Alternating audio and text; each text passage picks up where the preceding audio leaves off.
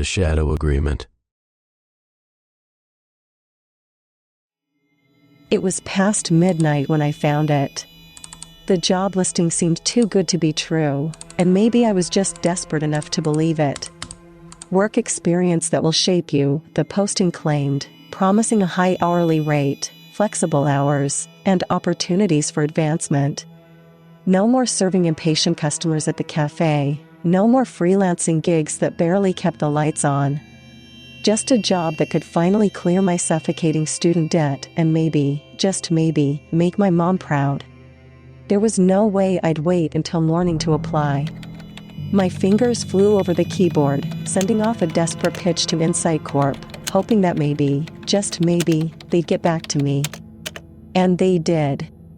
Hours later, my phone buzzed. The interview was quick, almost rushed, and by noon, I had a contract. It was dense, full of language I didn't entirely understand. But I was too relieved to care. I signed. Just like that, I was an employee. My first assignment came 2 days later, emailed to me from someone named RB with the subject line, Initial Assignment, Observational Insights. I opened it and frowned. Observe public behavior. Document interactions, expressions, and general demeanor of subjects. Avoid direct contact. No instructions about where to go, what specifically to look for. Just that vague, open-ended task. I chose the local park. Sitting on a bench with my notebook in hand, I felt ridiculous, like a child playing spy. But I went along with it, jotting down details about strangers, how a woman with a toddler seemed to check her watch every few minutes, the way an older man seemed focused on his phone, the laughter from a group of teenagers on a picnic blanket. I took notes on everything, even things that seemed pointless. After an hour, I sent my report off to RB, expecting a reply telling me I'd done it all wrong. But his response was almost immediate. Exceptional work, Jane. You're showing great potential. Those words did something to me. I hadn't been praised like that since college. I tried not to think about why someone would pay me for something this easy. As the weeks went by, my assignments grew stranger. RB began sending me locations with more specific targets: male, early 30s, brown hair, walks with a slight limp. I'd spot my subject easily enough, but it felt weird to track them, jotting down their every move, the way they looked over their shoulder or smiled at a text. I asked RB once what the purpose was, and he assured me it was all legal and essential for important insights into behavioral trends. When I pushed further, he added, "Let's keep our focus on the task." "You're doing well, Jane." And just like that, the questions dried up in my throat. Then, the assignments turned disturbing. One morning, I opened an email with coordinates and a single line, target, record private activity. My stomach twisted as I reread it. Was he asking me to spy on someone in their home? I almost called him, ready to quit, but the looming thought of my debts, of needing the money, silenced me. I convinced myself that there was probably a reasonable explanation. When I arrived at the location, I sat across from a small house and tried to breathe. It was dark inside, the blinds drawn tight. I adjusted my phone's camera, aimed it toward the windows, and started recording. I told myself it was just a job, like any other. Just a task. That night, I couldn't sleep. Over the following weeks, the assignments became more invasive. I was told to document subjects in increasingly private moments, recording them as they unlocked their doors, ate their dinners alone, laughed with friends in their living rooms. Each time, I'd email RB a question, and each time, he'd respond the same way. "You're providing data for critical insights. Keep up the good work." Veiled reassurances, and a constant reminder of my outstanding performance. Sometimes I imagined I could feel his eyes on me, watching my hesitation, testing me. Then, one night, I spotted someone.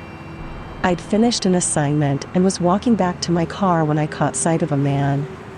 He was leaning against a lamppost, facing away from me, but I could feel it, the way he tensed as I approached, the flick of his head as he glanced back. He disappeared around the corner as I reached my car. For hours afterward, I could still feel his gaze on me. The paranoia began to eat at me. I started to wonder if I was the only one watching. Every time my phone buzzed, every time I opened my laptop to work, I felt eyes on me. I decided to search for more information on Insight Corp, hoping to find something.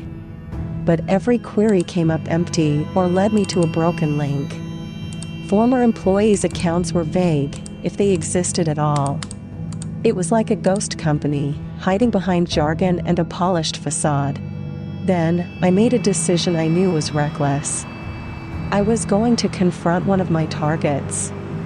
I'd followed a man for days, a young guy named Alex, who seemed just as paranoid and nervous as I'd become. I'd watch him glance around, squinting at faces like he was looking for something, or someone. I approached him on a quiet street one afternoon. "Excuse me," I started, feeling a wild pulse of adrenaline. "Do you work for Insight Corp?" He froze, his face going pale. He nodded. We stood there, a tense silence hanging between us as we each registered the absurdity of our situation. "I'm supposed to be watching you," he whispered, his voice barely audible. "They said it's for research. Behavioral data." "I'm supposed to be watching you," I replied, a lump forming in my throat. I staggered back, every instinct screaming to run, to hide. We were nothing but pieces on a board, each spying on the other, each feeding into a twisted system. Back home, I tried to quit. I emailed RB, my fingers trembling as I typed out a long, detailed resignation, demanding to know the truth. I waited for a response, watching the seconds tick by. My inbox pinged. The message was chillingly brief. "Insight Corp regrets your dissatisfaction. Please see your contractual obligations." Another email arrived seconds later, showing a balance due for training costs and breach of contract fees, an impossible figure I could never afford. Days passed with silence. Then, a final email arrived. "Your report has been received and is under review." A week later, I got my next assignment. The subject? Myself. I was supposed to document my own behavior, catalog my routines, report on my interactions. My performance review contained snapshots and notes on me from unknown watchers, detailing where I'd failed, where I'd hesitated. I sat at my desk, staring at the screen. My hands trembled as I tried to comprehend the words. "Welcome to the next level." The screen reflected my own face back at me, eyes wide, trapped in this endless loop, with no way out. And now, somewhere out there, someone is watching me. Just like I watched others.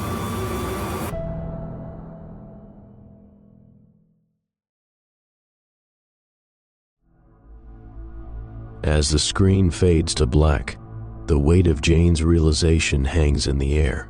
She's trapped, forever bound to the shadows of Insight Corp, her every move observed, every thought scrutinized. There's no escaping the eyes that watch her now, just as she watched others. Every assignment, every quiet observation, all leading her to this moment where she's both observer and observed. And somewhere someone is reading her report, calculating, watching. This is the price of the shadow agreement, a contract signed in desperation, binding her to an endless loop of surveillance and suspicion. Now the line between hunter and hunted is forever blurred, and as you turn off your screen tonight, remember, someone, somewhere, might be watching you too. Thank you for joining us on this journey into the dark depths of the Haunt Vault. If this story left you questioning what lurks in the shadows, don't forget to subscribe, like, and share. We release new tales every week to keep the chills coming. And until next time, keep your eyes open. You never know who might be watching.